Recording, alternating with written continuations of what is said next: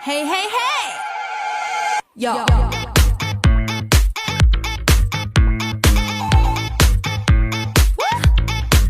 Beep, beep. Hey, hey, hey, hey, hey, hey. See that I might see. Go, right, see. Alpha. I see that I might see.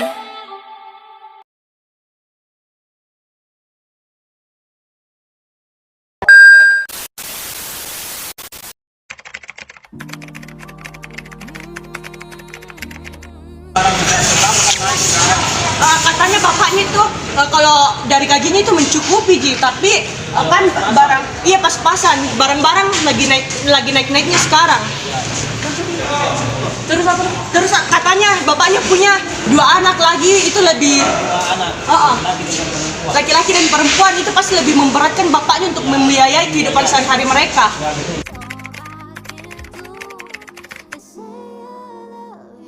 Datang bekerja di sekolah itu sekitar jam berapa? Sekitar jam 6.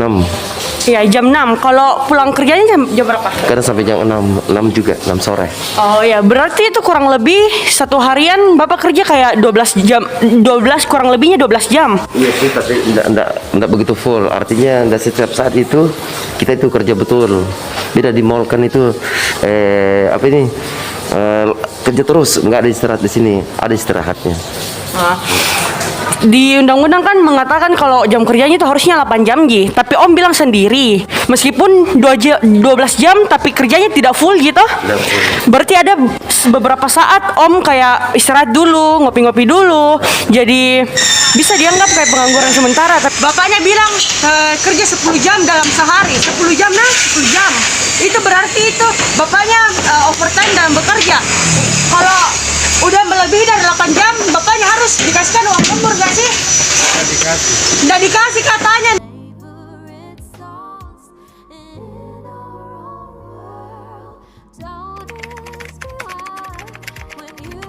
Belum, Kenapa begitu, karena anak-anak bawa bekal dari rumah. Kebanyakan bawa bekal ya, jadi hasilnya belum bisa menutupi pembayaran untuk sekolah, apalagi cukup tinggi ya.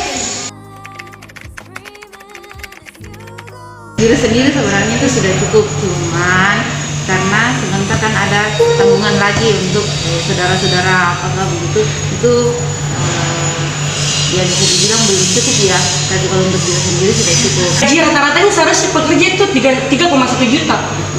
Menurutnya Ibu itu seharusnya begitu atau masih perlu dinaikkan atau diturunkan? Pastinya pemerintah sudah ada pertimbangan kenapa sampai 3,1 begitu dikasihkan.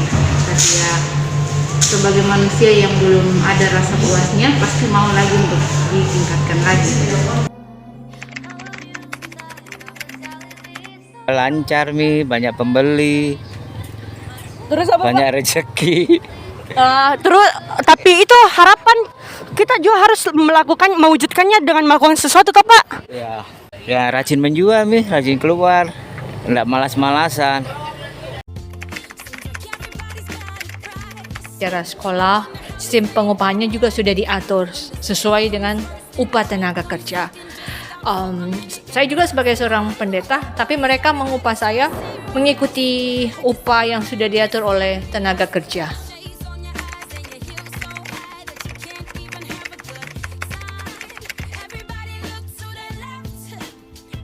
Kalau terkait dengan cuti, sebetulnya begini, cuti itu di masing-masing instansi tentu ada kebijakannya ya.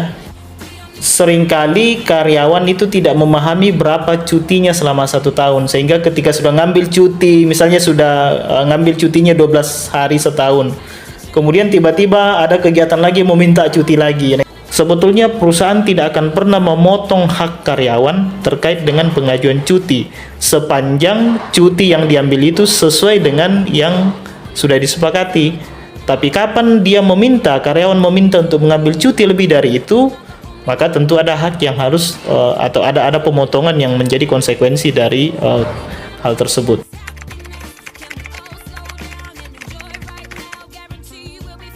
Penghasilan sih ya terus terang berkurang kan dengan tambah banyak persaingan. Tapi kalau misalkan soal layanan kan kita kasih layanan terbaik saja supaya customer mau sama Grab gitu. Itu aja sih Mbak. Berarti penghasilannya semakin dikit ya Pak kalau semakin banyak driver yang mendaftar? Penghasilan kalau dari sisi driver iya berkurang. Tapi kan selama kita mau cari kerja keras kan pasti ada saja jalannya untuk dapat rezeki kan Mbak.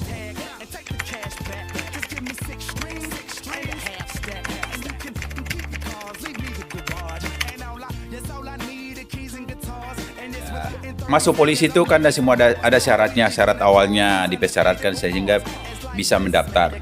Kalau tidak memenuhi syarat pokok ya tidak bisa mendaftar. Ya kan misalnya tinggi badan.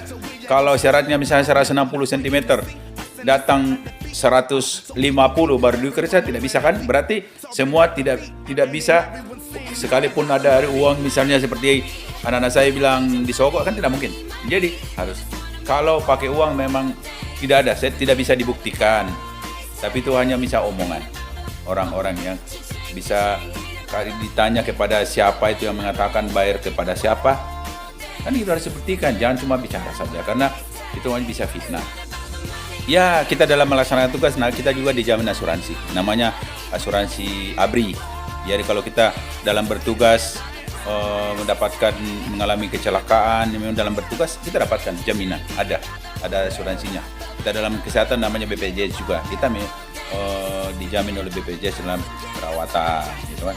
Kalau misalnya meninggalkan tugas ada jaminannya, ada santunan baik kepada ahli waris maupun misalnya biaya pemakaman, misalnya kalau kita meninggal dunia kan ada sudah diatur, ada aturannya. Berarti sudah ada perjanjian sebelum masuk kerja ya Pak? Iya, kalau kita bertugas kan semua warga negara yang itu dijamin kesejahteraannya kan oleh pemerintah.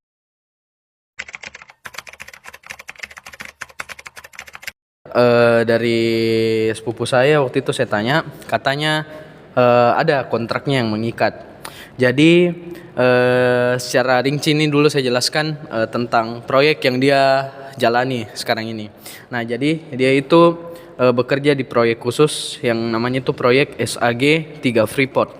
Nah, tapi itu kontraknya itu bersifat tertutup. Namun ada kontrak yang diberitahukan pada awal saat bekerja. Jadi kontraknya itu untuk karyawannya itu selama 1 tahun. Nah, kontraknya itu bersifat mengikat dan akan diberikan denda jika tidak mematuhi kontrak yang berlaku atau mungkin misalnya kayak keluar sebelum waktunya kayak begitu. Jadi dendanya itu berupa mengembalikan uang dari total gaji yang diterima selama setahun atau sebanyak 30%. Nah, terus gajinya itu per tahun itu sekitar 100 juta lah. Nah, jadi mungkin 30%-nya dari 100 juta itu per tahun dipotong.